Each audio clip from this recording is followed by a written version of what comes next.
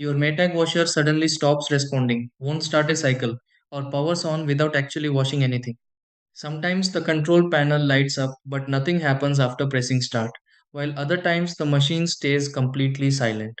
Problems like this are often caused by door lock issues, power interruptions, overloaded cycles, or temporary control board glitches instead of major hardware damage.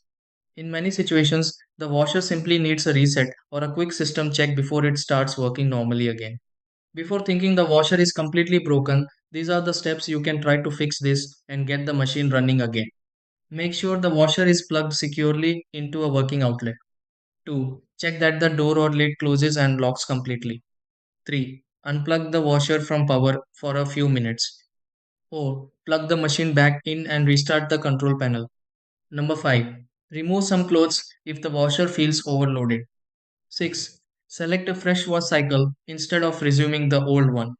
7. Start the washer again and listen for normal operation sounds.